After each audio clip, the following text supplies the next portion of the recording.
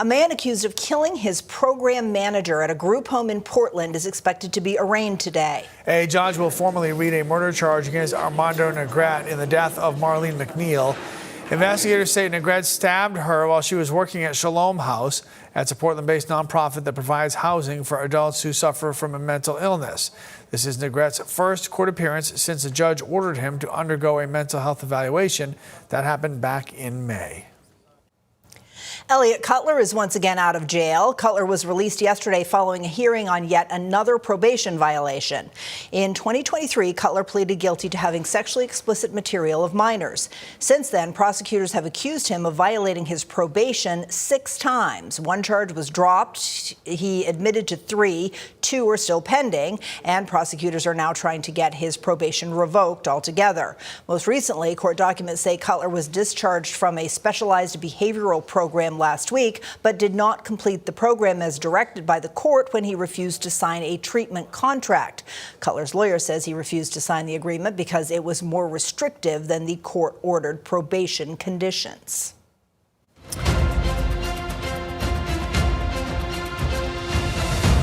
The group Protect Girls Sports in Maine is appealing a judge's ruling to block its referendum question from the November ballot.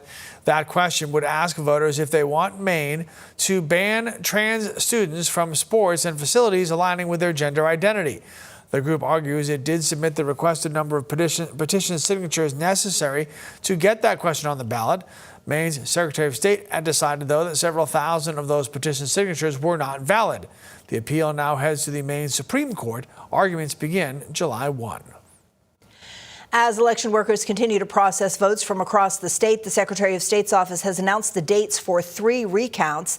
Next Monday, poll workers will recount the tally for the Democrat who is running for state Senate in District 30. That covers Gorham and part of Scarborough.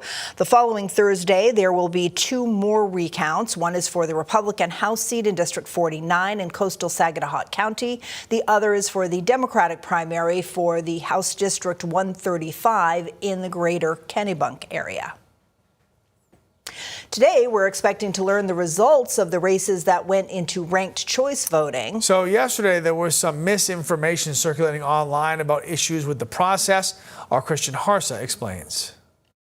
But there has been some misinformation, so let me make sure everyone has the correct information. Deputy Chief Secretary of State Kate McBrien addressing campaign officials, News Center Maine, and the live stream audience about issues with 4 Maine towns. Bodenham, as you all know, that memory stick, we just couldn't read it. We just scanned the paper ballots for them and got the tabulation that way. For Bath, the town didn't send one of its memory sticks. So law enforcement yesterday just went and picked up the stick. So everything is here, everything is accounted for, nothing's been missing. Deputy Secretary of State Julie Flynn says Limestone sent 2 thumb drives. One drive had all the election results, including the absentee votes, and then a second drive with just the absentee votes that was used as a test. The team at Augusta uploaded both, double counting the absentees. We're going to take the test results out, and we'll be left with the election night results that they correctly sent to us and reported. There was also an issue with Biddeford, which sent a local flash drive, not a state flash drive. Director of Elections Heidi Peckham says the 2 are encrypted differently. A state memory stick does not go through a local programming and vice versa for any kind of ranked choice elections. By 2 p.m., police had brought the correct drive to Augusta. Earlier in the day, the Maine Republican Party had posted on Facebook incorrectly saying the flash drive was lost. The party has since updated its post. In the update and on the phone with Communications Director Christina Parker, the GOP was firm that Secretary of State Shenna Bellows, who is also running for governor as a Democrat, is responsible. Shenna Bellows is in charge of Maine elections, and she is the top of that security. So anything that happens under her leadership is happening, quote, under her leadership. That was our Christian Harsa reporting. Secretary of State Bellows has opted to be removed from the entire counting process. First responders in Kennebunk are reminding all of us not to drive around emergency road closures. At a recent crash, Kennebunk Fire Rescue says at least 10 people drove around police cars and fire trucks entering an active scene. Others reportedly drove in the opposite lane to try to get around the road closure. They say this is both dangerous and illegal. It puts emergency crews at risk.